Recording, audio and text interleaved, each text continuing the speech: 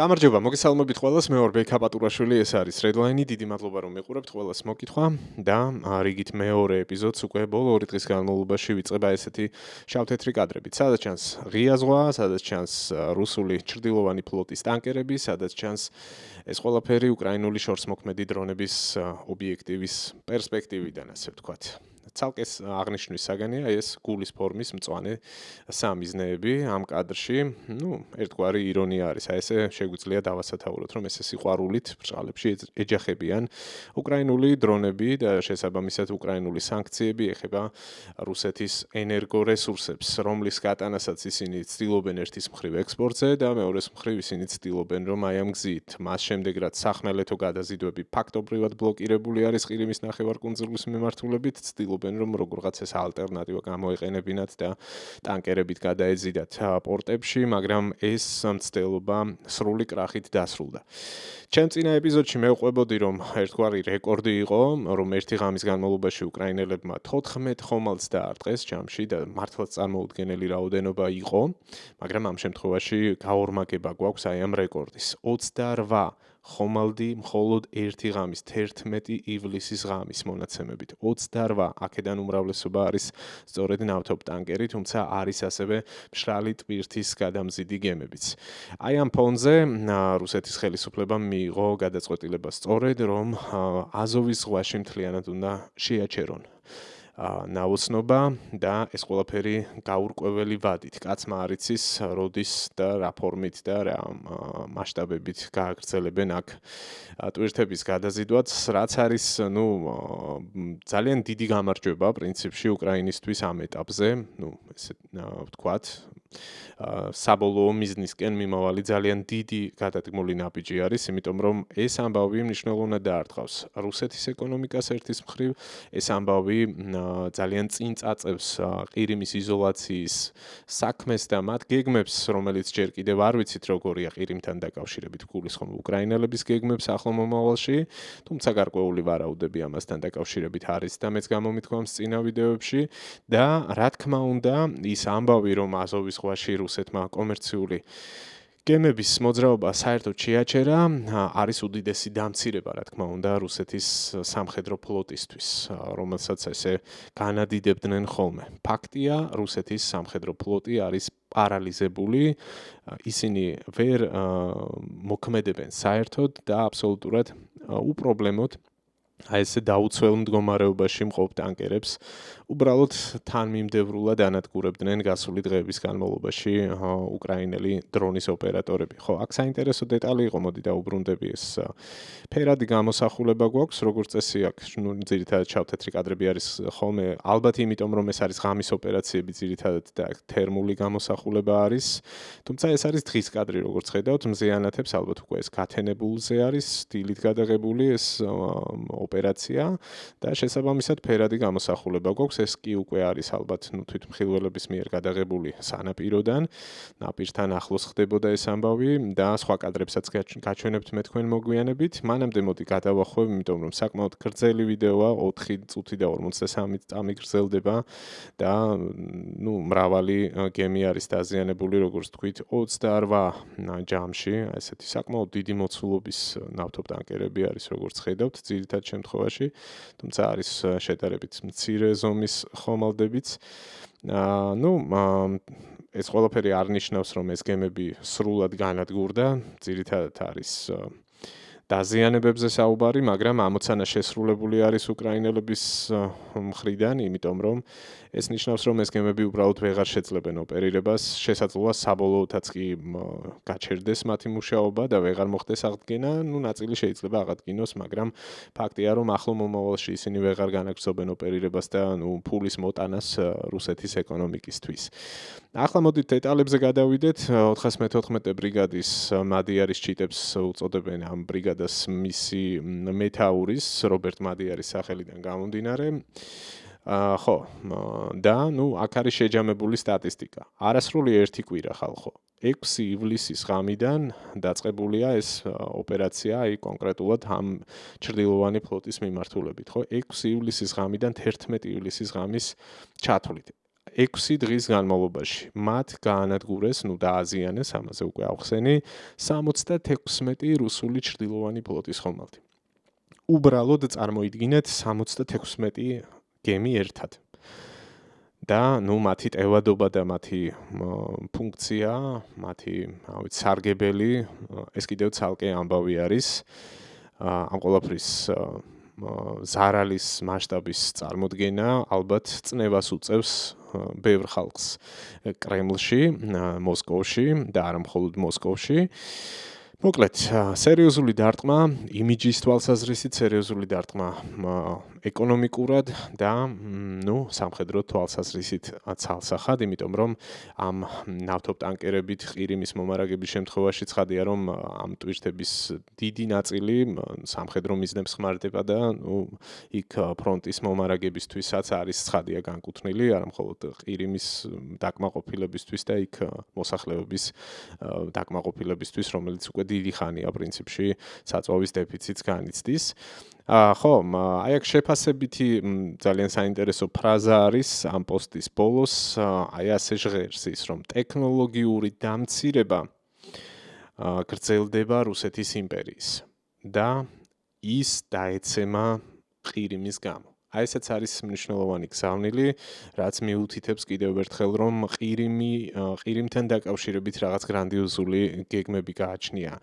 უკრაინის შეიარაღებულ ძალებს ჯერჯერობით ეს გეგმები, რასაც ხედავთ, მოიცავს ამ ეტაპზე იმას, რომ უნდა მოხდეს მაქსიმალურად იზოლირება ყირიმის ნახევარკუნძულის, მაქსიმალურად დაცლა ის მისი რუსეთის მოქალაქეებისგან და ამ პროცესსაც ხედავთ, როგორ მიდიან და ტოვებენ თანდათან მათ შორის პოლიტიკური თანამდებობის პირებიც კი, როგორც ვრცელდება ხოლმე ინფორმაცია და თანმნიშვნელოვანი დოკუმენტაციაც მიაქვთ და შემდეგ არ ვიცით რა იქნება, შემდეგ ბევრი სხვადასხვა სცენარები განიხილება, მათ შორის რასაც თავად რუსეთის შეიარაღებულ ძალებშიც ამუშავებენ და ამაზეც გავრცელდა ცნობები რუსული წყაროებიდან თავად, სადაც ისინი განიხილავენ მათ შორის დესანტის გადასხმის ვერსიასაც კი ოდესიდან და ასე შემდეგ. ვნახოთ, ყველაფერი წინ არის, ფაქტი ერთია, რომ აქ რაღაც ქაოსურ მოქმედებასთან საქმე არ გვაქვს, ყველაფერი რაღაც გეგმაზომიერად, მაგრამ საკმაოდ სწრაფ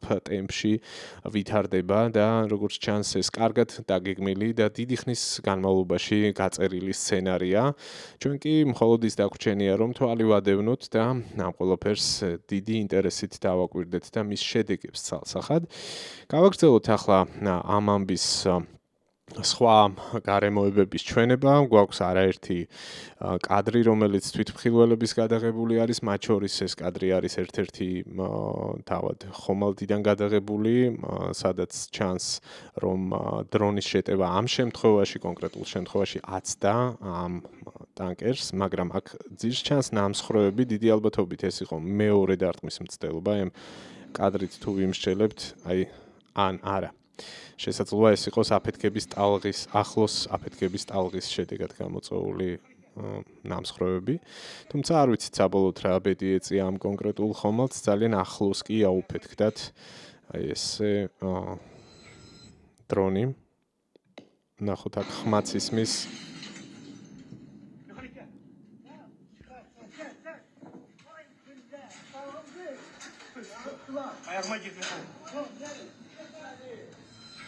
ცოტა ვერ ვარკვევ რუსულენოვანია თუ არა.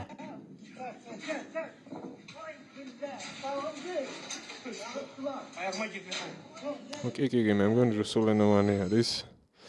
რაღაც ისეთი სიტყვა მომხვდა, არ გავიმეორებ. ხო, მოკლედ, ესეთი ახლო პერსპექტივიდან გადაღებული მასალაც გქონდა, ეს კი უკვე შორიდან გადაღებული კადრი არის სანაპიროდან, როგორ იწვის არხეინად რუსული ტანკერი. ყოველ შემთხვევაში რუსული დროშის ქვეშ მცურავ გემებზე არის საუბარი და ყველა მათგანი შეყვანილი არის სანქცირებულთა სიაში. ესაც ესეთი ერთ-ერთი გარემოება გახლავთ ამ ამბის, რომ ეს არ არის რაღაც შემთხვევით მოხვედრილი სამიზნეები, აქ არის საუბარი წინასწარ განსაზღვრულ სამიზნეებზე, რომლებიც არის შეყვანილი სანქცირებული გემების, ეგრეთ წოდებული ჩრდილოვანი ფლოტის ჩამონათვალში. ეს იგივე კადრი არის. ეს არის თუ არ ვცდები სწორედ ის, რომელიც თვითონ მადი არის ბრიგადის კოლაშში იყო ნაჩვენები, გავს იმ კადრს ყოველ შემთხვევაში. კი, ეგ არის, ნამდვილად ეგ არის, სადაც ჩანს პირდაპირ ეს გამლელები იღებენ როგორ მოხდა დარტყმა და აფეთქება. შემდეგ წავედით. ხო, სხვათა შორის ამას რომ მორჩები, ეხლა მივყვები ამ ოპერაციის დეტალებს, ასე ვთქვათ, და მის შედეგების მიმოხილვას, მაგრამ დავაანონსებ, რომ სხვა თემებზეც მექნება საუბარი. იგივე რუსების მიერ განხორციელებულ დარტყმებზე უკრაინის ქალაქებში, სადაც სამოქალაქო მსხვერპლი გვაქვს სამწუხაროდ, გასული 24 საათის განმავლობაში საუბარი მექნება ამ პროცესის ნაწილია ესეც ეკონომიკურ ეფექტზე, მათ შორის გადაწყვეტილებებზე, რომელიც უკავშირდება სწორედ ამ აზოვის ზღვაში მიმოსვლის გაჩერებას რუსეთის მხრიდან და პირველი შედეგები ამას უკვე მოაქვს, მარცვლეულის ექსპორტის შეფერხებები, ამაზე მექნება საუბარი და ასევე ბენზინის კრიზისზე რუსეთში, რუსეთის ქალაქებში, იქ არსებულ მთელ სიტუაციაზე, რომელიც დრამატული და ერთის მხრივ და მეორეს მხრივ ცოტა არ იყოს კომიკური სანახავიც არის, მაგარი ჭამაგლეჯა მიდის და სერიოზული ჩხუბებიც კი ხდება ბენზინის რიგში რუსეთის სხვადასხვა წერტილში და ბოლოს მექნება ასევე საუბარი ფრონტის ხაზზე არსებულ სიტუაციაზეც, ასე რომ თუ გაინტერესებთ ხართ ისეთი კატეგორია, ვისაც გიყვართ სამხედრო რუკების გადახედვა და ფრონტის ხაზზე რა სურათი არის ამ დროისთვის, ეგ ამბავიც გაინტერესებთ, დარჩით ბოლომდე, უყურეთ ამ ვიდეოს, რადგან ესეთი ანონსი და პაუზა გამომივიდა აქვე თუ არ ხართ არხის გამომწერები გამოიწერეთ არხი ახლა შეგიძლიათ ამის გაკეთება უმარტივესად subscribe-ს დააჭირეთ ჩართეთ ზარის მონიშნა იმისთვის რომ შემდეგ ჯერზეც მოგივიდეთ ხოლმე შეტყობინება როცა ახალ ვიდეოს დავდებ და დაალაიქეთ აი ეს არის კიდევ ძალიან მნიშვნელოვანი ერთ შეხედვით მარტივი რამეა ხო რატომ ვიძახი მუდმივად რომ დაალაიქეთ მაგრამ მუშაობს და ამიტომ ეს მხოლოდ არა კონკრეტულ ვიდეოს ეხმარება რომ უფრო მეტმა ადამიანმა ნახოს, არამედ მთლიანად YouTube-ის ალგორითმს კარნახობს, რომ რაც უფრო ბევრი ლაიქია, ესე იგი საინტერესო არხია და უფრო დიდ აუდიტორიას აჩვენებს. ამიტომ ორ მხრივად ძალიან მნიშვნელოვანი არის, არ დაგეზაროთ დაალაიქეთ აუცილებლად. თუ რა თქმა უნდა, მოგწონთ ვიდეო, თუ ამ დრომდე გამომყევით და თემა გაინტერესებთ, იმედი მაქვს, რომ ასევე ბოლომდე გამოვყვებით და უყურებთ ვიდეოს ბოლომდე. თუ ასევე აქვე ამის თქმაც არ იქნება ურიგო, გსურთ და შეგიძლიათ, რა თქმა უნდა, ჩაერთოთ დონაციაში და ფინანსურად გამაძლიეროთ. შესაბამისი მონაცემები არის არხის აღწერაში და შეგიძლიათ გადახედოთ თქვენთვის ასრულ არიანტს. არის იქ ანგარიშის ნომერიც, PayPal-ის ლინკიც და ასევე Patreon-ის ლინკიც, სადაც შეგიძლიათ რომ ყოველთვიურად გახდეთ ჩემი სპონსორები. აქვე იმ ჩემ 5 ძვირფას სპონსორს დიდი მადლობა. $5, $10 და $15 ვარიანტები არის ჩამონათვალში მარტივად გაერკვევით, როდესაც ლინკზე გადახვალთ. გავაგრძელოთ, კვლავ აქ თვითმხილველების კადრები გვაქვს, თუმცა ამ შემთხვევაში აქ საუბარი არ არის მხოლოდ ტანკერებზე დარტყმაზე, დრონებით შეტევები ხორციელდება ასევე support ინფრასტრუქტურაზე, რაც არანაკლებ მნიშვნელოვანი არის, აი ამ ტერმინალებსაც ურტყამენ უკრაინელები, აი აქ სწორედ ეს ამბავი არის ასახული. ეს არის უკვე დარტყმის შემდგომი კადრი, თუმცა მე თქვენ გაჩვენებთ ახლა სულ ცოტა ხანში უშუალოდ დარტყმის მომენტსაც.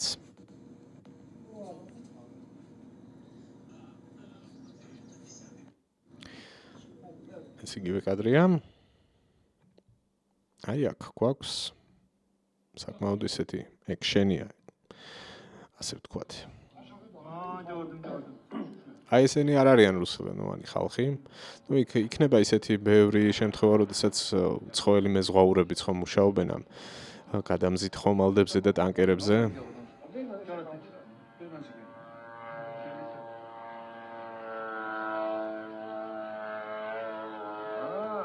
FP2 უკრაინული წარმოების დრონი, რომელიც სხვათა შორის მოდერნიზდა ამ ტექნოლოგიების დახვეწას მუდმივად ახორციელებენ უკრაინელები, აი ეგ ნახეთ ხო რამხელა დარტყმაა და შემდეგ ეფექტი უკვე სახეზეა. თანდათან ისინი ავითარებენ სხვადასხვა კომპონენტებს, როგორც მანევრირებას, ასევე სამიზნეებს, ავითარებენ ასევე სისწრაფეს, ავითარებენ მანძილს დაფარვას და რაც ერთ-ერთი ყველაზე მნიშვნელოვანია, საბრძოლო მუხტის მასაც გაიზარდა.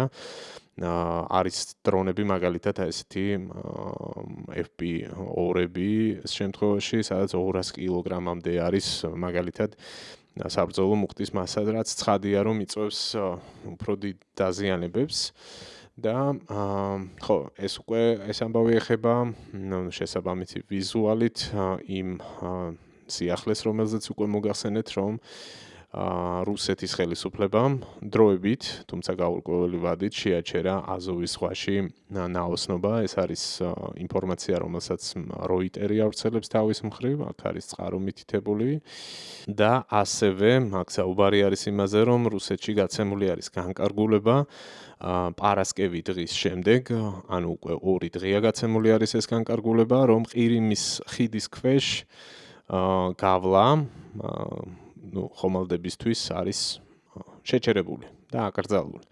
ფაქტობრივად გამოდის, რომ აზოვის ზღვა არის მთლიანად ესე პარალიზებული კომერციული მიმოსვლისთვის. მოდით ვნახოთ ახლა ონლაინ რუკა. ეს არის 24 საათის განმავლობაში განახლებადი პლატფორმა, რომელიც ფაქტობრივად ლაივ რეჟიმში გვაჩვენებს მთელ მსოფლიოში გემების ხომალდების გადაადგილებას და ნახოთ რა ხდება, ნახეთ რა დააკვირდით ყველგან სავსეა, აქ ხედავთ შავი ზღვა, კასპიის ზღვა, ხმელთაშუა ზღვა და მოდით ახლა ჩავიდეთ უფრო ახლოს, ხედავთ ხო განსხვავებას. აი აზოვის ზღვაში როგორი სიცარიელე გვაქვს, არაფერიც არ ხდება. არანაირი გადაადგილება, სისუფთავე, სრული სიწყნარე, რაც კიდევ ერთხელ ადასტურებს, რომ ეს ინფორმაცია არის რეალობა, რაც დაიწერა და რაც გავრცელდა. რეალურად ვხედავთ ჩვენ სურათს, რომ აზოვის ზღვაში გემების გადაადგილება უბრალოდ გაჩერებული არის. ეს არის და ეს. აი ჩავიდეთ აქ სიღრმეში, ხედავთ აქ ქერჩის სრუტეს და შესაბამისად არანაირი აქტივობა აქ რაღაც პორტებში გაჩერებული ხომალდები არის. არა, ეს არის ქერჩის ხიდი. ქერჩის ხიდთან არის გაჩერებულია ეს 2 ხომალდი. ერთი არის 14 საათის წინანდელი მონაცემი, მეორე 43 წუთის წინანდელი მონაცემია. ამას საინტერესო სახელი აქვს ამირა ირანი, ალბათ რაღაც ირანთან დაკავშირებული გემია და ირანი და რუსეთი მოგეხსენებათ, რომ გაწაფულები არიან სწორედ ამ ჩრდილოვანი ფლოტით ნავთობის გადაზიდვის საქმეში. ეს რა არის?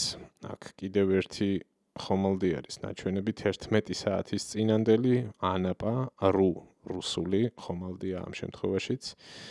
ხო, თუ აი ამ მონაცემს დავეყრდნობით 11 საათი აქ ერთ ადგილას დგას და როგორც ჩანს შეეხო სწორედ ის შეზღუდვა, რაზეც წეგან წავიკითხე, რომ აქ ხიდის ქვეშ გავლა არის აკრძალული. ესეც საინტერესო გადაწყვეტილება არის თავის მხრივ, რატომ აკრძალეს ხიდის ქვეშ გავლა კონკრეტულად. მე ჩემ წინა ვიდეოებში გიყვებოდით მათ შორის, რომ ფაქტობრივად, როდესაც საუბრობთ ყირიმის იზოლაციაზე, ვიცით ჩვენ, რომ აქ მთელი რიგი გადასასვლელები, სახმელეთო გადასასვლელები, აქ ხიდები არის განადგურებული, თუმცა, ფაქტია, რომ ერთადერთი ესეთი გზა ყირიმიდან გასაღწევად და შესასვლელად რჩება ყირიმის ხიდი. ქერჩის ხიდი, ხო? შესაბამისად, აქ განსაკუთრებით გაზრდილი არის რუსების მხრიდან უსაფრთხოების ზომები. აქ მთელი რიგი ბარიკადები არის აგებული. მოდით თუ არ დაგეზარებათ, Google-ის რუკაზე შეგვიძლია რომ მარტივად ვნახოთ.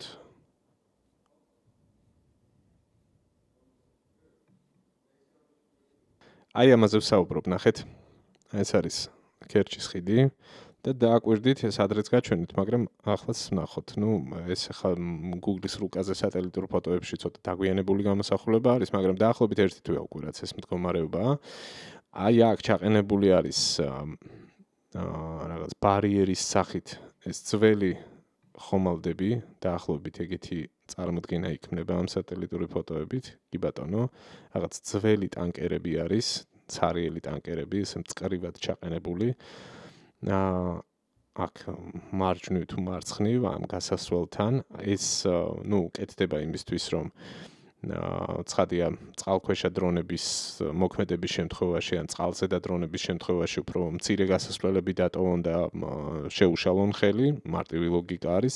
გარდა ამისა, ხედავთ ხო აი აქ ხაზებს, რომელიც ამ გასასვლელის მარჯვნივ და მარცხნივ არის, აქ არის რამდენიმე შრე ორივე მხარეს. რამდენიმე შრე არის, კონსტრუქციების, არ ვიცი, რაღაც მეტალის ბადეებია შესაძლოა, რაიმე სხვა, უფრო მსხვილი, უფრო ძლიერი კონსტრუქცია. ეს ყველაფერი კეთდება იმისთვის, რომ ხიდის კონსტრუქცია იყოს მაქსიმალურად დაცული. გარდა ამისა, უშუალოდ გარშემო არის განთავსებული არაერთი საჰაერო თავდაცვის სისტემა განლაგებული, პანცირები და სხვა ტიპის საჰაერო თავდაცვის სისტემები, აი ამ ზონებში შექმნილი არის არაერთი პუნქტი იმისთვის, რომ როგორღაც დაიცვან ყირიმის ხიდის უსაფრთხოება. გავეცანი ესეთ მოსაზრებებს, რომ უკრაინელები შესაძლოა შეგნებულად უცდიან იმას, რომ როდის მოუწევს საბოლოოდ. ფაქტია, ხო, სახმელეთო გზებით სხვა მხრიდან ვერ ხდება ყირიმის მომარაგება, პატარა ბორნებით გადაზიდვის მცდელობა იყო საწვამზიდების შეყვანა ბორნებზე და შემდეგ ასე ყირიმის მომარაგება და ესაც ჩავარდა, იმიტომ რომ დაიწყეს მაგ შემთხვევაშიც დაბომბვა დრონებით უკრაინელებმა. ახლა ამ შემთხვევაში უკვე დიდი ტანკერების დაბომბვა და აზოვის ზღვაში მოძრაობა შეჩერებული არის. ფაქტობრივად მივადექით მაგ ეტაპს, რომ მხოლოდ ყირიმის ხიდით რჩება ეფექტური მომარაგების გზა. არის ასეთი ვერსია, რომ უკრაინელები მაგალითად ელოდებიან, როდის მოუწევთ რუსებს, რომ ყირიმის ხიდზე ამ მთელი რისკების მიუხედავად გაატარონ მატარებელი, რომელიც იქნება დატვირთული ამ დიდი საწვავის ცისტერნებით, ხო, ვაგონებით. აი ამ ასეთ შემთხვევაში კი ყირიმის ხიდი ექცევა სერიოზული საფრთხის ქვეშ. თუ პირობითად დიდ ტვირთზე, საწვავზე განსაკუთრებით და ან კიდევ მატარებელზე, ან თუნდაც დიდ სატვირთოების კოლონაზე განხორციელდა მასირებული თავდასხმა, ეს გამოიწვევს ფაქტობრივად ხიდის პარალიზებას. იმიტომ რომ განსაკუთრებით მატარებლის აფეთქების შემთხვევაში, ან ძალიან დაგიდან გადავარდნის შემთხვევაში, ამ სივრცეში, ამ რისკების გათვალისწინებით რთული იქნება აქ სიტუაციის დასტაბილურება და გზის მიმოსვლის აღდგენა, რკინიგზის შემთხვევაში, ან თუნდაც საავტომობილო მიმოსვლის აღდგენა და ეს უკვე ფაქტობრივად ნიშნავს ყირიმის სრულ პარალიზებას. ასეთი ვერსია არის ფაქტია და არც ისე ლოგიკას მოკლებული პრინციპში. მე ვეცნობი ხოლმე მსგავს ინფორმაციას, ანალიტიკურ სტატიებს, ინტერვიუებს ასე შემდეგ და რატომაც არა გაგიზიარეთ თქვენც. საინტერესოა თქვენც რას ფიქრობთ, ვინც ინტენსიურად აკვირდებით პროცესს და გაქვთ თქვენი მოსაზრებები, გაგვიზიარეთ ჩვენც. დაწერეთ კომენტარებში თქვენი აზრი, როგორ წავა აქ საქმე, როგორ წარმოგიდგენიათ ყირიმის გარშემო მოვლენების განვითარება. ხო, აი ამ საზღვაო ტრაფიკის ონლაინ რუკიდან Google-ის რუკაზე გადავინაცვლეთ და დაუბრუნდეთ ახლა უკვე უშუალოდ ეფექტებზე ვისაუბროთ. ამ ეტაპზე ყოველ შემთხვევაში დღეს რაც გვაქვს. ეგ ხვალინდელი ამბავია, რა მოხდება ყირიმის გარშემო და ძალიან საინტერესო ამბავია, მაგრამ დღეს რა გვაქვს? დღეს გვაქვს ის, რომ აი აქ Reuters სტატია მაქვს გახსნილი, სადაც საუბარი არის იმაზე, რომ რუსეთის გადაწყვეტილებას აზოვის ზღვაში გემების მიმოსვლის აკრძალვასთან დაკავშირებით უკვე მოყვა შედეგი კონკრეტულად მარცვლეულით ვაჭრობის თვალსაზრისით და ეს ყველაფერი ხდება უკრაინული თავდასხმების შემდეგ. ამ სტატიაში სწორედ ამაზე არის საუბარი და ნათქვამია მოყვანილი არაერთი წყარო, რომელიც ადასტურებს, რომ შეჩერებული არის პორტებში, მათ შორის მარცვლეულის ტვირთების მიღება და აქ გვაქვს ჩვენ უკვე უშუალოდ სოციალურ ქსელებში გავრცელებული ვიდეო კადრებიც, რომელიც სწორედ ამ ამბავს ადასტურებს და სწორედ ასე არის დასათაურებული ეს პოსტიც, რომ მარცვლეულის გადამზიდავები აზოვის პორტთან დგანან საცობში. ვნახოთ შესაბამისი კადრები, აი ეგ პირველივე კადრში ჩანს აშკარად, რომ არაერთი რამდენიმე ათეული მინიმუმ ამ კადრში რაც ჩანს, რაც იმის მიღმა ხდება არ ვიცით, აშკარაა რომ დგანან სატვირთოები. საკმაოდ ბევრი და აი აქ შიგნითაც, რაღაც ხობის შიგნითაც გრძელდება ეს საცობის მწკრივი. ხო, დიდი ლოგიკა არ ჭირდება ამას, რომ ეს ესე მოხდებოდა, თუმცა მაინც დემონსტრირებისთვის და იმის საჩვენებლად, რომ ეს უკვე რეალურ შედეგებთან არის დაკავშირებული, ეს ვიდეოც მინდოდა რომ მეჩვენებინა. ბევრი ურწმუნოა, რას გაიგებ. ბევრს რაც არ უნდა აჩვენო, მაინც სხვა აზრზეა და ვერ ხვდება, რომ რაღაცა მართლა ხდება რუსეთის გარშემო. სხვა საკითხია ის, რომ ეს რაღაცა მხოლოდ მოკლევადიან შედეგებს არ იწვევს, მხოლოდ დღეს შექმნილი დისკომფორტი არ არის, ან დღეს ვიღაცისთვის მიღებული ფინანსური ზარალი. ეს ყველაფერი აისახება მთლიანად ეკონომიკურ პროცესებზე რუსეთის შიგნით, ეს ყველაფერი აისახება ინფლაციაზე, ეს ყველაფერი აისახება ფასებზე, სოფლის მეურნეობის სექტორზე, ახლა ზაფხულია და აქტიური სეზონია, ასე ვთქვათ, წინ არის შემოდგომა. ეს ყველაფერი ძალიან ბევრ ამაზე მოახდენს გავლენას და უკვე ახდენს.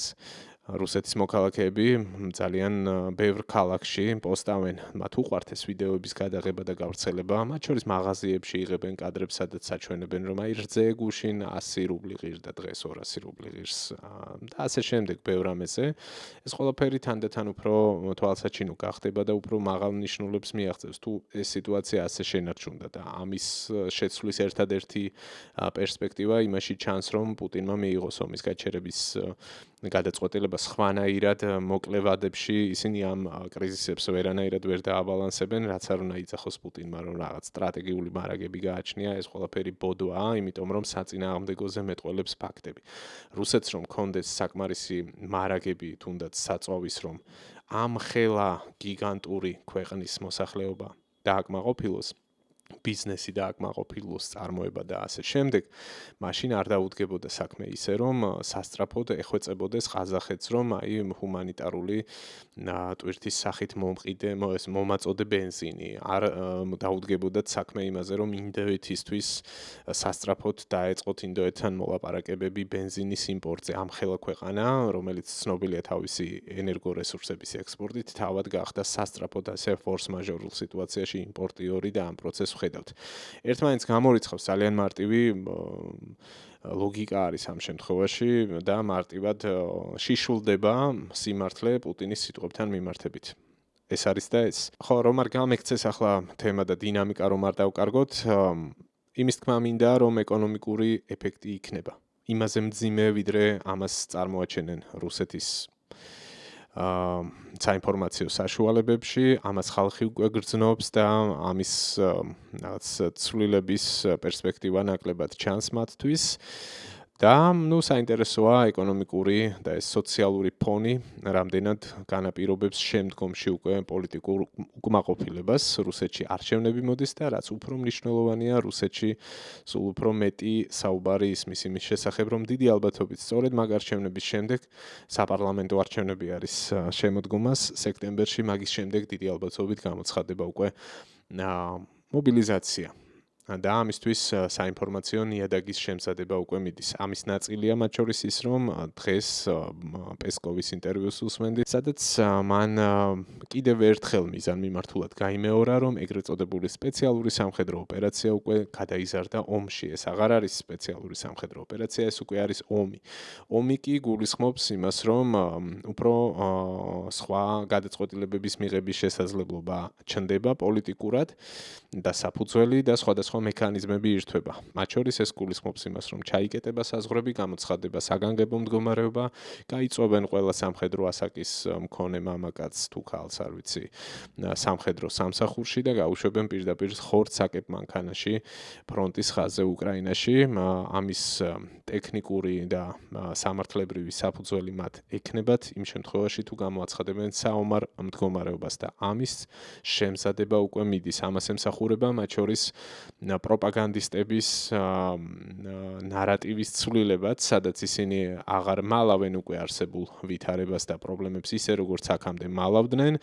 ახლა მათ შეგუების ფაზაში გადაყავთ ადგილობრივი აუდიტორია, ცდილობენ ხაზი გაუსვან იმას, რომ პრობლემები არის, პრობლემები იქნება, ეს მოსალოდნელია, მაგრამ რუსმა ხალხმა ამას უნდა გაუძლოს. ამას ემსახურებოდა მათ შორის მარგარიტა სიმონიანის ცნობილი ეთერიც 2 დღის წინანდელი, რომელსაც ჩემს ერთ-ერთ ბოლო ეპიზოდში შევეხე და ის ამბობდა იქ, რომ მე რა, ჩვენ გაგვიძლია 90-იანი წლებისთვის და თავის მაგალითებს ყვებოდა, როგორ ეცდებოდა თურმე გვერდზე კვარტლიდან ვედროთი წყალს, რომ სახლში მიეტანა.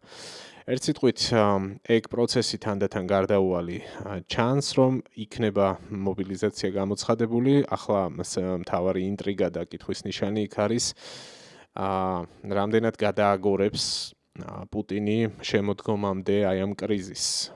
ეს კრიზისი რა ტემპით წავა, რა გეგმები აქვს უკრაინას ამ მხრივ და რამდენად ეყოფათ რუსეთის უშიშროების სამსახურებს. იმის რესურსი, რომ სიტუაცია არ აუფეთქდეთ სამოქალაქო უკმაყოფილებამ არ იფეთქოს სადმე ყოველ შემთხვევაში უკრაინაში მინიშნებებს აკეთებენ, რომ ეს დიდი ალბათობით პირველ რიგში ყირიმში მოხდება. ასევე მომისმენია მათი ოფიციალური პირების ისეთი განცხადებებით, სადაც ამბობენ ხოლმე, რომ ეს შესაძლოა კავკასიის რეგიონში, ჩრდილოეთ კავკასიის რეგიონშიც მოხდეს. ამაზეც არაერთი მინიშნება მომისმენია. მანამდე კი კვლავ აქცენტი ყირიმზე და კიდევ ერთი ოპერაცია გვაქვს ჩვენ ერთი დღის წინანდელი და მისი ამსახველი კადრები, სადაც ნაჩვენები არის და მოყოლილი ამბავი იმის შესახებ, რომ 10 ივლისს ღამით ყირიმის ტერიტორიაზე 9 ენერგო ობიექტს დაარტყეს. სულ უფრო და უფრო ძვირი სიამოვნება და ძნელად მიღწევადი ფუფუნება არის ყირიმში ახლა ელექტროენერგიით მომარაგება, რასაც თავის მხრივ კიდევ სხვა წნეხი და დისკომფორტი შემოაქვს ბენზინის არქონასთან ერთად. ეს უკვე კრასნოდარის ოლქია და ილსკის ნავთობგადამამუშავებელი ქარხანა, რომელიც გუშინ ასევე უკრაინული შორსმოქმედი დრონებით დაიბომბა. აქვე გვაქვს ინფორმაცია ამ ნავთობობიექტის მუშაობის მოცულობის შესახებ 6.6 მილიონი ტონა ნედლი ნავთობის გადამუშავება წლის განმავლობაში მოდის ამ ობიექტზე, რომელიც გუშინ კიდევ ერთხელ დაიბომბა. უკრაინული დრონებით, აი აქ ხედავთ თქვენ დაკვამლიანებას, მანამდეც იყო დარტყმა და ამ მომენტში კიდევ ერთი დრონი მიფრინდა. პარალელურად ჩანს აქ, რომ რაღაც საჰაერო თავდაცვის სისტემებს რაკეტები არ გაუშვიათ, მაგრამ ავტომატებიდან და ტყვიამფრქვევებიდან ნამდვილად ისროდნენ, ხმაც ისმის და ეს ნათებებიც ცაში ჩანს ამ ავტომატების და ტყვიამფრქვევების ჯერის შედეგად აი ამ მომენტში.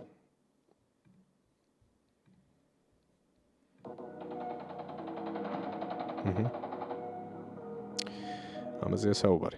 კი ბატონო, გავაგრძელოთ შემდეგი ეტაპები, ვეცადოთ, რომ უფრო სწრაფად გავიაროთ, რომ დინამიკა შევინარჩუნოთ და არ მოგბეზრდეთ შემთხვევით. რა ვიცი, აბა იქნებ მოგბეზრდეთ ამ ვიდეოს ყურება. მე მაგალითად დიდ სიამოვნებას მანიჭევს ამ კადრების ნახვა და დარწმუნებული ვარ ბევრ თქვენგანაც, ამიტომ იმეც ვიქონიებ, რომ არ მოგბეზრდათ. ეს არის უკვე ტაგანროგი, პარასკევის კადრებია, ოდნავ მოძველდა 2 დღის წინანდელი ამბავი, მაგრამ ეფექტური სანახაობა გვაქვს და ამასაც თვალი შეავლეთ თუ არ გინახავთ.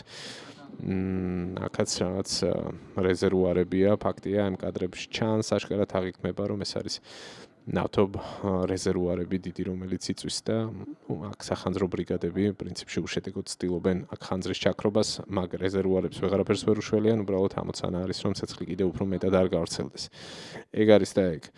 ხო, აი აქ ჩანს უკვე ქვევით უკვე შორიდან დაფიქსირებული კადრები, ხო. უკვე ნაცნობი სურათი. ხო, ეს საინტერესო ნიუსია, გელენჯიკი, როგორც ხედავთ და პოსტის ავტორი პლატფორმა Max26, საკმაოდ ცნობილი უკრაინული პლატფორმა არის. 118 წერს, რომ ეს არის გადაღებული კადრები 10 კილომეტრის დაშორებით პუტინის ცნობილი სასახლიდან. სიმბოლური არა, პუტინთან ესე ძალიან ახლოს დგას აქ ასობით მანქანა საწვავის რიგში.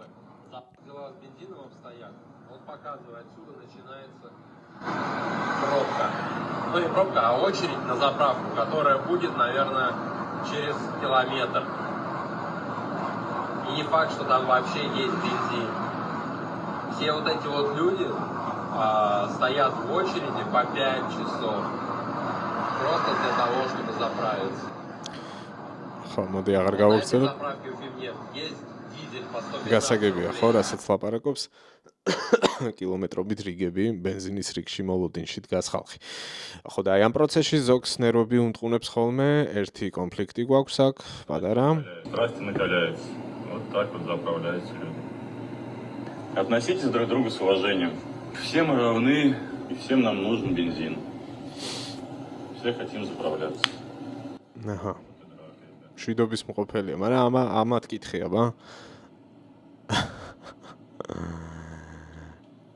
ვითომ რაღაცა სპორტულად მოძრაობდა, მაგრამ დიდად ვერ დავალა იქე სიმართლე რო გითხრათ რაღაცა. ცდელობა აქვს, რომ ესე head movement იქონდეს, მაგრამ თავის ნაცვლად რაღაცა მხრებსაც ანცარებს ძალიან უაზროდ და ეგრე არ ხდება ჯიგარო. რო იცოდე. აქ ახლა ვიღაცა უნდა დაიყვირა. ხელები მაღლა თავთან. მაგრამ საქმე იმაშია, რომ იცოდა, რომ ეს წინააღმდეგობა სად გაუწევდა, თორემ რო გაეწია, ცუდად დაამთავრებდა, აი ეს ერთი შეხედვით ტანადი ჯიგიტი. ბატარა გადახვევა გამომივიდა. აი, აქაც გვაქვს. კაი. ამასაც ნახე როგორი მოძრაობებია აქ. ოღონდ ძალიან შორიდან. ცოტა სასაცილოები არიან. აიცი რატო არიან სასაცილოები, რომ ეს მთელი ამბავი არის ძალიან კომიკური, ვისაც საგანი ესმის. ახლა დამეთანხმება. აი, კილომეტრიდან რატო იწყებს ამ ტაისონის მოძრაობებს, აი ეს გამაგებინა. ტაისონის მოძრაობები ცოტა გადაჭარბებულია, მაგრამ ხო მიმიხვდებით ახლა ვინც იცით.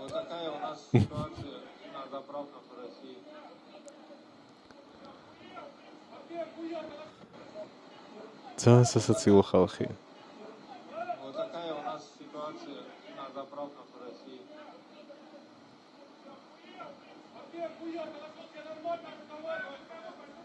Это было каргать чанс. Вот такая у нас ситуация на заправках в России.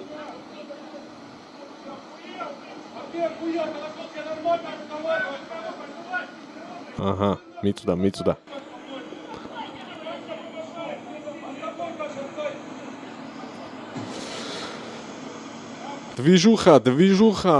Движуха გრძელდება მოკლედ. რუსეთში. აი ესეთი движухაც გვაქვს. ეხლა ნახეთ აქ რა ხდება. აქ უფრო საინტერესო სტორი გვაქვს. აი ეს ჯიგარი ჰალსტუხით და დიდი ღიპით და რაღაცა ძვირიანი мерседесით მივიდა და რიგის გარეშე ასხამს бензинს. На Роснефть вот такие товарищи. На Роснефть заезжают без очереди очень важные персоны на Майбахе. Вот такая вот рожа. Нет, вот такая рожа наглая, уродская. ნაგლი, აბა მარტო საქართველოში კი არ არიან мерседесებიანი და ჯიპებიანი ბიძიები, აი რუსეთში უნდა ნახოთ თქვენ. გადაახტა თუ არა ყველას თავზე. Заезжают без очереди очень важные персоны на Майбахе. VIP. Вот такая вот рожа. Нет, вот такая рожа наглая, уродская. გრძელდება მოკლედ ჯერ სად არის ეს ამბები კიდევ გაგრძელდება. ხო. დიდწილად ის რომ бенზინი არ იყიდება ნავთობ ობიექტებზე ამ бенზინგასამართ სადგურებზე განპირობებული არის აი ესეთი შემთხვევებით.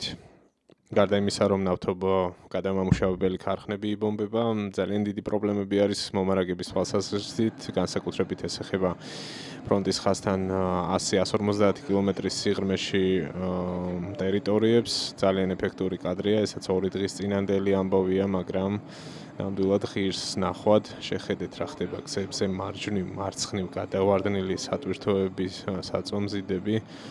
უბედურ დღეში აგდებენ მოკლედ უკრაინელი დრონის ოპერატორები და სულ უფრო და უფრო ნაკლებ ადამიანს უნდება დარწმუნებული ვარ რეისებში წასვლა ძღოლებზე არის აქ აქცენტი ცხადია სხვათა შორის მადიარმა გააფრთხილა რობერტ მადიარმა ძღოლები ეს ფსიქოლოგიური ოპერაცია ხო ცალკე ამბავია საინფორმაციო ომი და ძალიან ხშირად აქ ხოლმე ეგეთი მიმართვები მადიარს მოკლედ ძღოლებს მიმართა რომ ჯიგრებო არ გინდათ არ გირჩევთ რომ გაეკაროთ უკრაინის ოკუპირებულ ტერიტორიებს ახლომახლოსო, იმიტომ რომ თქვენი ჩუსტები თქვენივე გაზის პედლებთან ერთად დადნებაო, ესეთი მუქ არა ქონდა.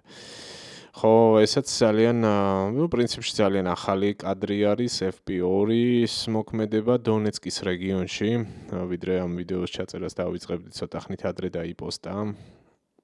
ნახეთ რა ხდება აქ.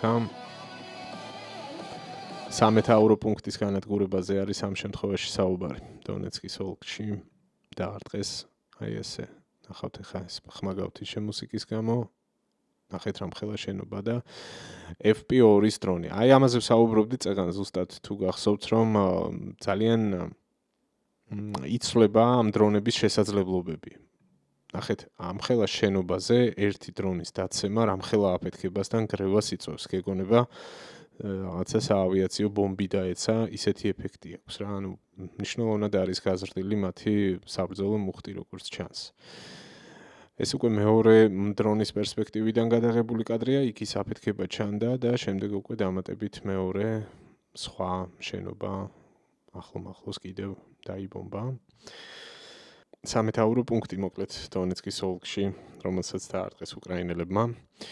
ახლა ვსაუბრობ იმაზე, რას აკეთებენ საპასუხოდ რუსები. აკეთებენ იმას, რასაც უკვე მეხუთე წელია ვხედავთ, ძალიან ხშირად მიზანში ხვდება სამოქალაქო ობიექტები, სამოქალაქო ინფრასტრუქტურა და პირდაპირ მშვიდობიანი მოსახლეობა. აი ახლა თქვენ ნახავთ ძალიან ემოციურ კადრებს, პრინციპში დასახლებული ზონა არის, რაც ხალხი უბრალოდ თავისთვის არის აქ სხედან ისვენებენ და ამ დროს იწყება დრონების მოფრენა.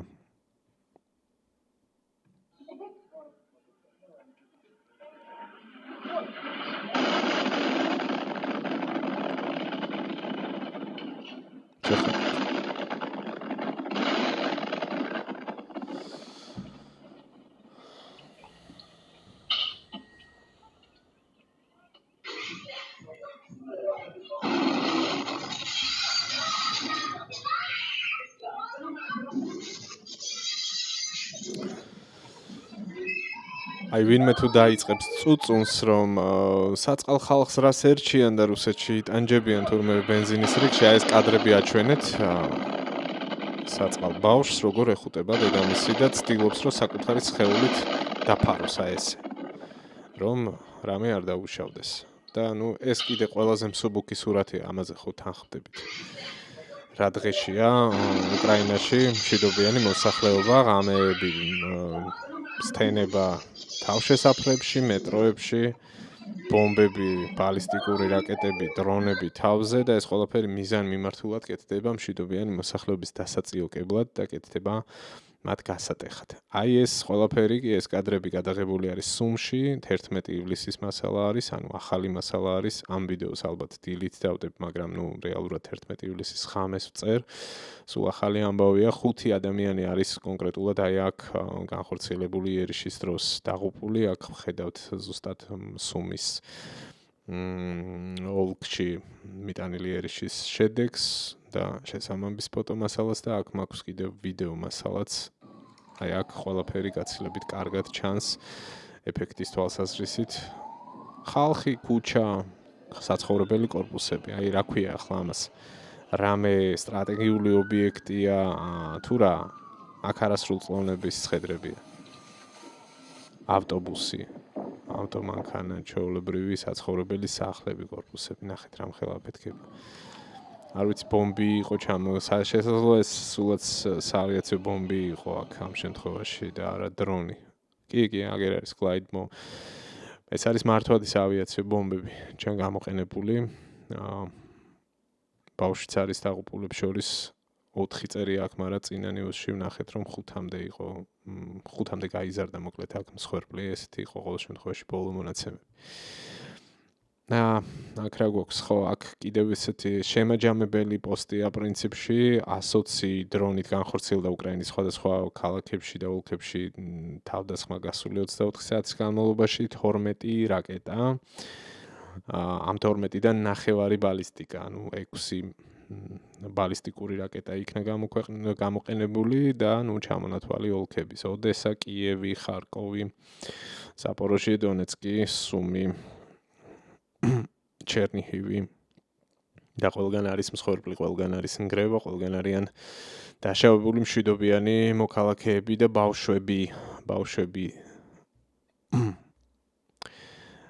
გვაქვს სკოლაში.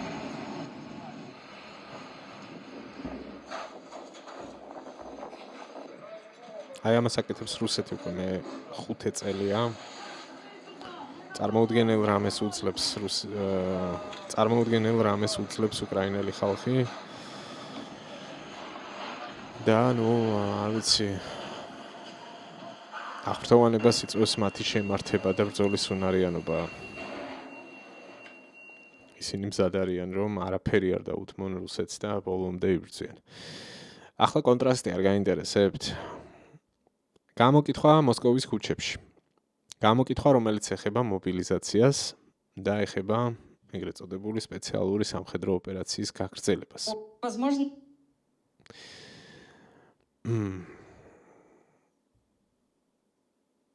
კითხვა არის ასეთი, ამდენად შესაძლებელია რომ რუსეთში გამოცხადდეს საგანგებო მდგომარეობა და მობილიზაციაზე ეკითხებიან შემდეგ. Возможно ли введение в России военного положения? Я видела, что, возможно, в октябре будет призыв. Не знаю, насколько это точно, но, наверное, 70%. Как вы думаете, для чего это нужно, вот такой призыв? Ну, чтобы закрепить свою военную позицию России и победить все-таки, отжать Крым обратно. Нет, военное положение. მოისმინეთ, აქ ძალიან საინტერესო დეტალი იყო. ხო, ის ხო თქვა, რომ მობილიზაცია საჭიროა იმისთვის, რომ გავიმარჯოთ და ასე შემდეგ და დავიბრუნოთ ყირი მიუკანო. აი ეს არის ძალიან მნიშვნელოვანი აქ. რუსების ტვინში მოსკოვში უკვე არის ეს ჩადებული, როგორც ჩანს, რომ ყირი მათ უკვე დაკარგეს. აი ეს ძალიან საგულისხმო დეტალი იყო. მოусმინეთ კიდევ ერთხელ. Победить все-таки, отжать Крым обратно. Позицию России. И нужно вот такой призыв. Ну, чтобы закрепить свою военную позицию России и победить все-таки, отжать Крым обратно. Нет, военное положение точно не введут, потому что СВО уже идет под конец. Ну, то есть это видно и по сводкам с полей, скажем так, и по докладам министра обороны, которые тоже находятся в доступе в сетях. Кстати, вас აი ეს იყო ტიპიური ტელემაყურებელი, ტიპიური რუსი ტელემაყურებელი, რომელიც ამბობს, რომ არ გამოცხადება მობილიზაცია, რასაჭიროა ჩვენ უკვე ვიგებთ და ყველაფერი ისედაც რიგზეა, ეს ჩანს ფრონტის ხაზზე არსებული სურათით და ეს чанс იმ ანგარიშებით, რომელსაც წარმოადგენს რუსეთში ერაღებული ძალების ხელმძღვანელობა.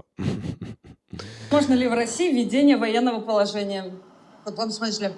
Я поддерживаю Владимира Владимировича, и, правда, сейчас немножко занята, и все, что он решает, я всегда поддерживаю, потому что, знаете, как мы, как объяснить, когда что-то случается, нельзя быстро анализировать и начинать что-то кричать, типа как Алла Пугачева с Галкиным, а потом уже образумились. То есть сначала надо подумать, что патриарх всея Руси Кирилл, он не глупый человек и очень умный человек. И если он благословляет, значит, это так должно быть. И каждый раз я знаю, что мы победим, и Бог с нами, и Россию охраняет Господь Бог. И это доказано. Возможно ли в России введение военного... გაუკეთო კომენტარი, ხო ვინც ვერ გაიგეთ, პუტინის დიდი მხარდამჭერი იყო. ხო და არ დაიჯეროთ რა იმ თვალთმაქცობის ვითომ რაღაცა ომს ხალხი მხარს არ უჭერს რუსეთში თუ რაღაც ეგეთი. არა. ძალიან კარგად უჭერენ მხარს და მაგერ ამ გამოკითხვაშიც არაჩვეულებრივად ჩანს და ასევე ღმერთი იფარავსო კაცო, გერ კირილი პატრიარქი მხარს უჭერსო და ჭკვიანი კაცია იყო და ახლობით ეგეთ რამეს ამბობდა რა. положением? Вообще-то, по большому счету, это надо сделать. Зачем? Для того, чтобы элементарный порядок в стране навести. Вот и все. Угрожайте. Да я думаю, что сейчас ничего и не может угрожать, поэтому и не будет военного положения. После выборов, если они случатся, значит после выборов. Если не случатся, то до. А почему они могут не случиться?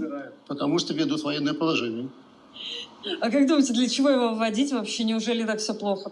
Да, все достаточно плачевно, потому что Украина достаточно активно насыщается качественными дроновыми беспилотниками. Мы противопоставить ничего не можем, кроме людского ресурса и ядерного оружия. Мобилизация, будет ли она эффективна? Поможет ли она как-то нам в сложившейся ситуации? В ближнесрочном, да, будет эффективно, в дальнесрочном нет.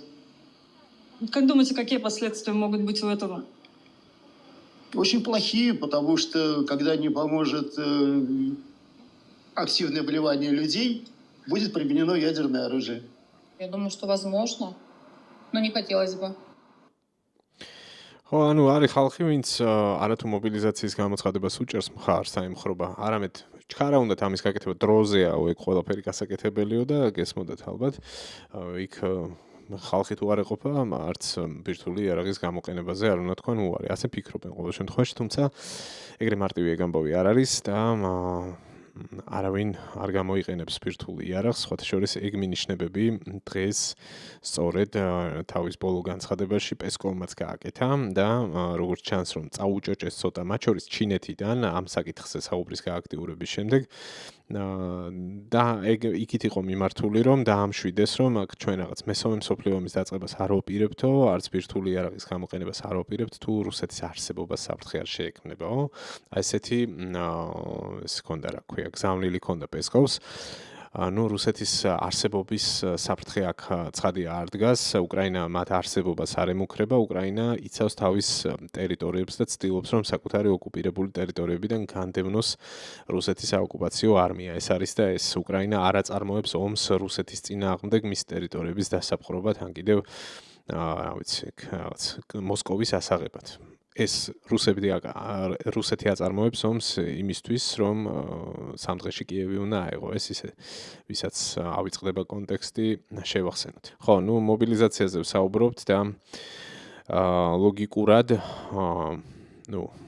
თუ გავითვალისწინებთ მოქმედებების ტემპს და რუსეთის შეერაღებული ძალების წინსვლას ბჭყალებში, მათ შევსება ჭირდებათ, კი. იმიტომ რომ ეს მოხალისეობრივი რესურსი ამოწურულია, სულ უფრო და უფრო ნაკლები ადამიანი მიდის კონტრაქტზე ხელის მოსაწერად, ბალანსი დაღუპულების და დაშავებულების უფრო მეტია ვიდრე გაწეული რეკრუტირებული ხალხის შესაბამისად. რუსეთს პრობლემები აქვს, არა მხოლოდ ლოჯისტიკის ნაწილში, არამედ ადამიანური რესურსის ნაწილშიც უკვე. ამიტომ ეს ყველაფერი კარგად ჩანს უკვე ფრონტის ხაზზეც, მათი წინსვლა მინიმალურია ფრონტის ხაზზე და არის ისეთი შემთხვევები, მაგალითად როგორცაც აქ არის საუბარი ამ კონკრეტულ ნიუსში, რომ იგივე ლიმანის მიმართულებით ერთ-ერთი სოფლის ლიპოვეს ტერიტორიაზე ჩატარდა ტაქტიკური კონტრშეტევა და ეს სოფელი დაიბრუნეს უკრაინელებმა, გაწმინდეს ეს დასახლება რუსებისგან, ეს არის ლიმანის ტერიტორია, როგორც თქვი, და ამ მიმართულებაზე რუსებს გაცხადებული ჰქონდათ, რომ ლიმანი უკვე უნდა აეღოთ. ყველაზე ცხელი ზონა რჩება კონსტანტინივკა, დონეცკის ოლქი, ეს არის მაიაკოვსკ ანალიტიქსის გვერდი, ძალიან კარგი ანალიტიკური პლატფორმა, რომელიც ეყრდნობა თავიდან ბოლომდე 100%-ით დაზუსტებულ ინფორმაციას, კადრებს, ფოტო და ვიდეო მასალების ანალიზი, შეკრება ხდება და აქედან გამომდინარე ადგენს შემდეგ ეს პროექტი რუკებს,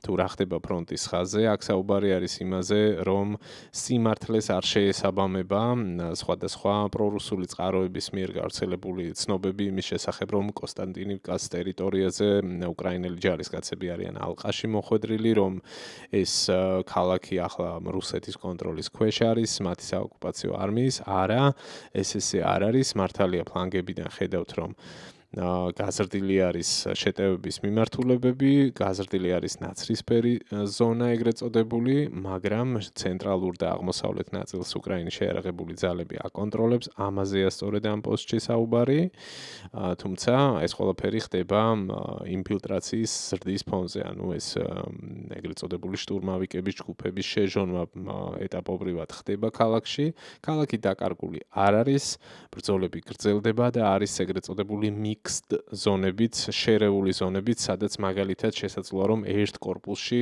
რაღაც სართულზე უკრაინელი ჯარისკაცები იმალებოდნენ და რაღაც სხვა სართულზე რუსები და აი ესეთი ტიპის საბრძოლო მოქმედებები მიდის, სხვათა შორის ამ პოსტში ეს პროცესი შედარებული არის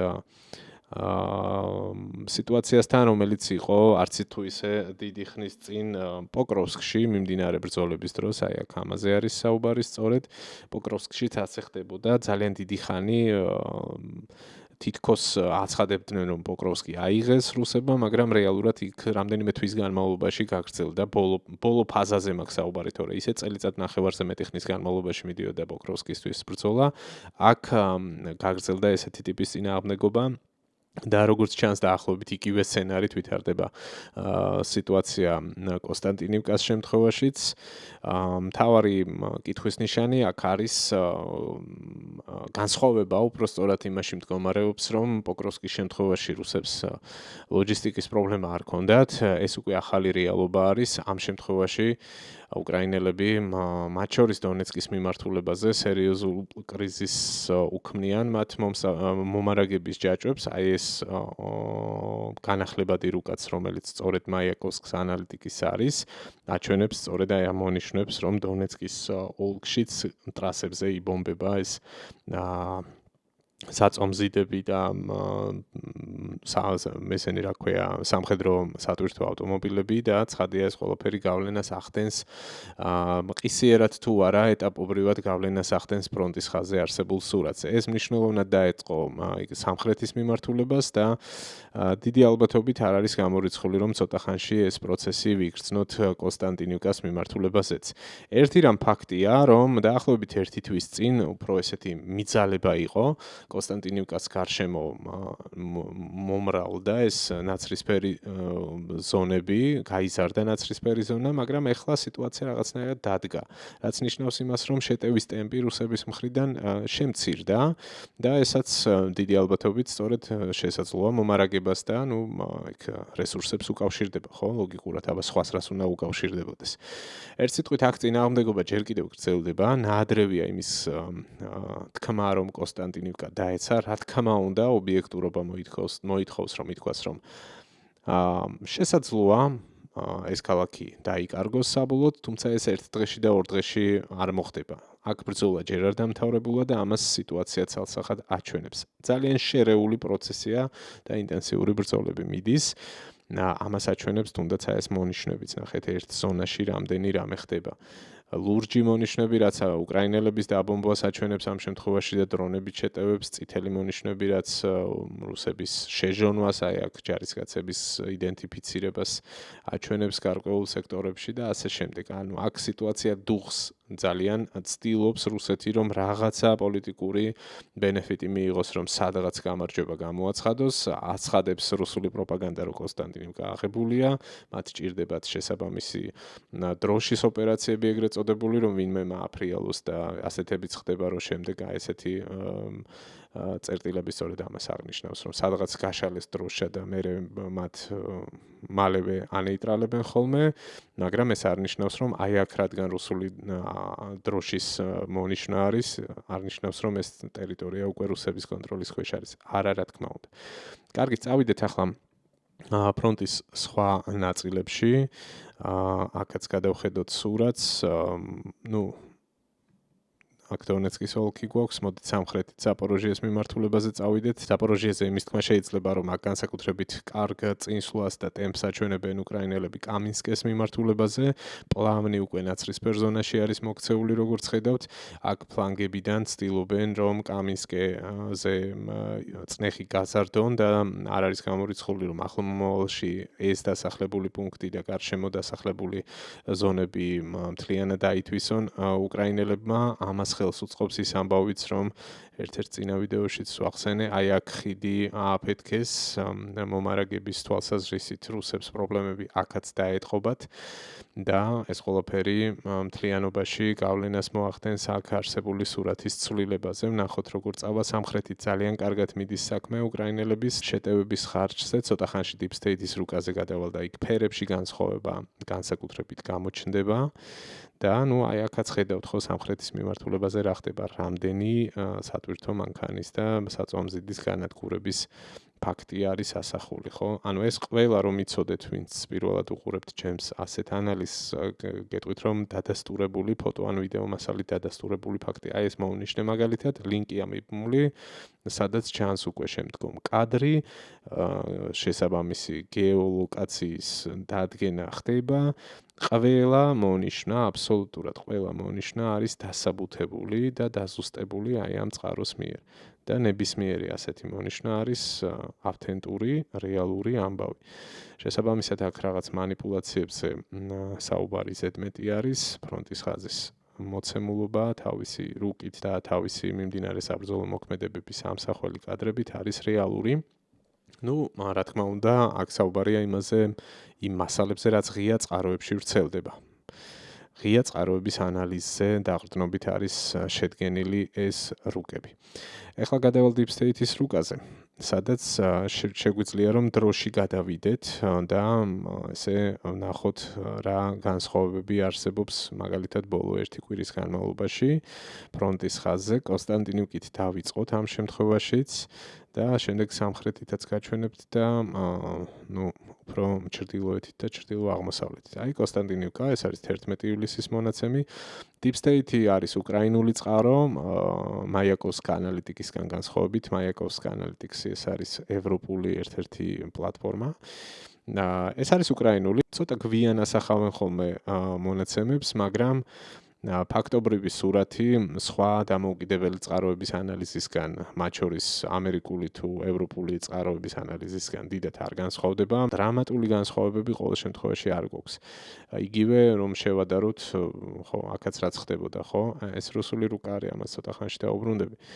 აი აქ ეს მაიაკოვსკა ანალიტიკსის სურათია კონსტანტინივკის გარშემო, ხედავთ შუა ნაწილი ცენტრალური და აღმოსავლეთი უკრაინელების კონტროლის ქვეშ არის, დანარჩენი ნაცრისფერი, აი შედარებისთვის ახლა გადავიდეთ. აი ნახეთ, დაახლოებით იგივე სურათი არის აქ უკრაინული Deep State-ის წყაროს სურათშიც.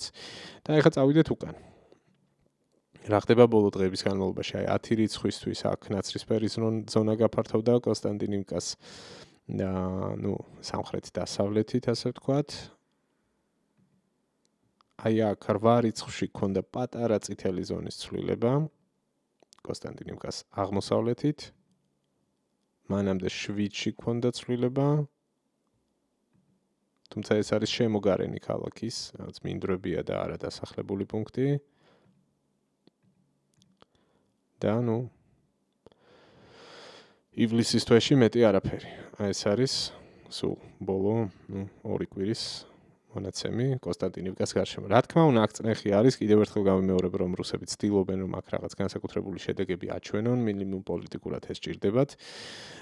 კრამატოვსკი, სლავიანსკის მიმართულებას რაც შეეხება, აქაც პატარა ნაცრისფერი ზონების გაფართოება გვაქვს და ცოტა წითელი ფერის მატება გვაქვს აი ამ ნაწილში, ბოლო დღეების განმავლობაში, სხვა მხრივ. ხო, აი აქ დაგვირდით რაღაც მინდვრები, აი აქ ერთ-ერთ სოფელთან ცოტა წინსვლა გვაქვს. ხო, ფართოვდება ნაცრისფერი ზონები ძირითადად.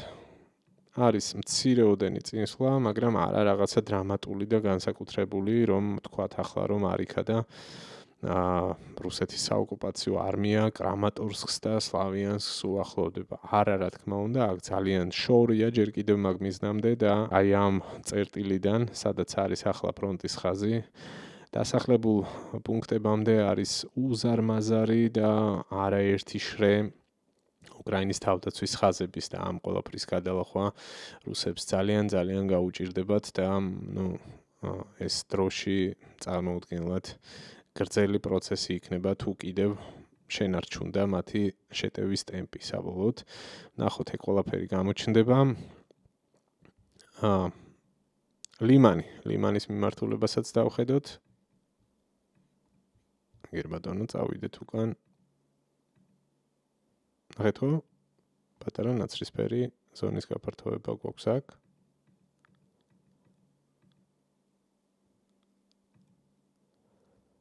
ეს არის ივნისის ბოლო.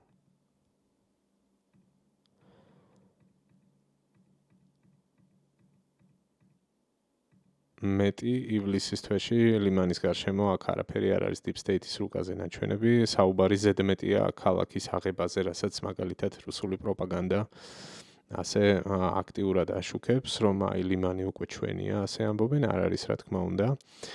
მეტიც აქ გარკვეულ კონტრშეტევით მოქმედებებზე არის საუბარი, კონკრეტულად აი ამ შვერილის გარშემო ჩრდილოეთიდან და სამხრეთიდან უკრაინელების მცდელობა არის, რომ აი ეს შეტევის მიმართულება გადაჭრან საერთოდ. ნახოთ, რა ვიცი, ალბათ დროის საკითხია, მე თუ მკითხავთ, ერთ თვეში აგვისტოში უფრო მკაფიო სურათი გვექნება, იმიტომ რომ ერთი თვის ვადაში წესით და რიგით რუსეთში არსებული ნავთობის კრიზისი, ეს მომარაგების პრობლემები, რომლებიც მათ შორის ფრონტის ხაზზეც აუცილებლად აისახება, თავს იჩენს და ჩემი აზრით ერთი თვის განმავლობაში მნიშვნელოვნად დაეცემა, კიდევ უფრო დაეცემა რუსების შეტევითი პოტენციალი და ეს გამოჩნდება ფრონტის ხაზზე არსებულ ცვლილებებზე და პირიქით მომდევნო ერთი თვის განმავლობაში შესაძლოა რომ არაერთი მიმართულებით ვნახოთ უკრაინული შეიარაღებული ძალების გააქტიურება, აი კუპიანსკის მიმართულებასაც კი ბატონო გადავხედოთ, აქაც არანაირი ცვლილება არ აქვს, ხედავთ მივდივარ უკან რაც ივლისის დასაწყისში აქ პატარა ნაცრისფერი ზონის გაფართოება ჩანს 2 ივლისის მონაცემით. ეგ არის და ეგ. ანუ რომ შევაჯამოთ, ეხლა რა ხდება? აღმოსავლეთით ხარკოვის მიმართულებაზე არ იძლის, სუმზე ზედმეტია ლაპარაკი, არაფერი არ იძლის. ლიმანის მიმართულებით გითხარით მოგახსენეთ რა მდგომარეობაც არის, რაღაც მცდელობები არის პატარა წინსვლის, მაგრამ პირიქით კონტრშეტევებიც ხდება და ეს ალბათ ახლო მომავალში გამოჩნდება ამ რუკებზეც. ყოველ შემთხვევაში სხვადასხვა წყაროებით ვეცნობი მე ამ ინფორმაციას. სლავიანსკი კრამატორსკის მიმართულებაზე პატარა ნაცრისფერი ზონების და წითელი ზონების გაფართოებაზეა საუბარი, თუმცა არა დასახლებულ ზონებში, არამედ რაღაც მინდვრების რაღაც ზონების ათვისება ხდება რუსების მხრიდან. კონსტანტინოვკაზე არის ყველაზე მეტი წნეხი და ყველაზე ინტენსიური საბრძოლო მოქმედებები ახლა აქ მიმდინარეობს. ეს არის მთლიანად ნაცრისფერი ზონა, ცენტრალური ნაწილის გარდა. აქ საუბარი ზედმეტია იმაზე, რომ რაღაცა ძლიერი საყრდენი პუნქტები აქვს რუსებს, არა.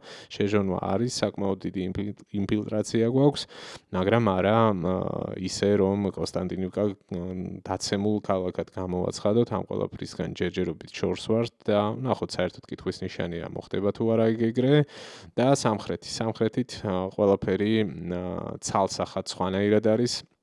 აქ ინიციატივა უკრაინელების ხელშია და აი ეს მწვანე მონიშნები სწორედ იმას გულისხმობს, რომ ამ ტერიტორიებზე ფიქსირდებოდა რუსების შეჟონა, მაგრამ უკრაინელებმა გაწმინდეს ყველა ეს ტერიტორია და შესაბამისად, სწორედ ამიტომ არის საუბარი იმაზე, რომ მათ ბალანსი მათ მხარეს არის ტერიტორიული მიღწევების თვალსაზრისით მინიმუმ ამ წლის განმავლობაში 2026 წლის დასაწყისიდან დღემდე მათ უფრო მეტი ტერიტორიის დაბრუნება მოახერხეს, ვიდრე რუსებმა მოახერხეს დაპყრობა საპასუხოდ იგივე დონეცკის მიმართულებაზე. აი ესეთი სურათი გვაქვს ფრონტის ხაზზე, ვისაც გაინტერესებდათ და დაველოდოთ კიდევ გავიმეორებ, აგვისტოს თვე იქნება ძალიან საინტერესო ამ მხრივაც ძალიან საინტერესო იქნება.